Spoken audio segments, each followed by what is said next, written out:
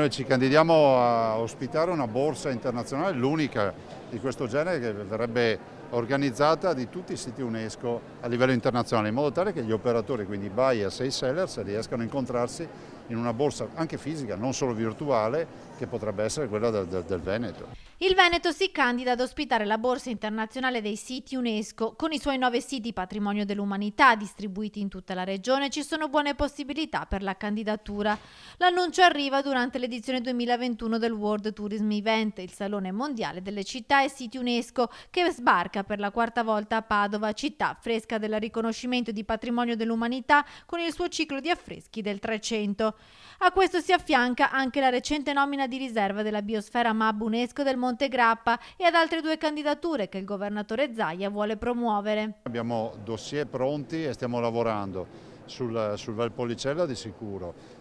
Io credo che la pesciera di Bolca, anche quella, possa avere grandi vantaggi, grandi chance, e comunque abbiamo un territorio che sa offrire moltissimo. Diciamo che 9 non saranno un punto di arrivo, ma sono un punto di partenza. Nella 3 giorni padovana del Salone Mondiale del Turismo saranno presenti 60 buyers da tutto il mondo, un'occasione per rilanciare il settore fortemente segnato dalla pandemia, ma che in Veneto quest'estate ha visto una grande ripresa con un più 46% di turismo italiano nella nostra regione.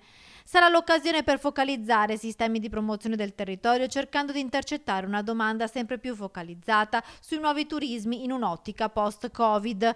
Il Veneto si prepara anche con le infrastrutture, con novità in arrivo per il collegamento ferroviario con l'aeroporto di Tessera-Venezia. Si va avanti, il CIPE ha deliberato, il Consiglio dei Ministri è andato avanti, per cui, come avevamo detto, è fondamentale. Direi che alla burocrazia c'è stato una dose booster, per usare i termini vaccinali, che è stata rappresentata dall'effetto Olimpiadi. Anche lì le Olimpiadi hanno pesato, perché pensare di presentarsi alle Olimpiadi senza il collegamento ferroviario con l'aeroporto non sarebbe stata una bella figura.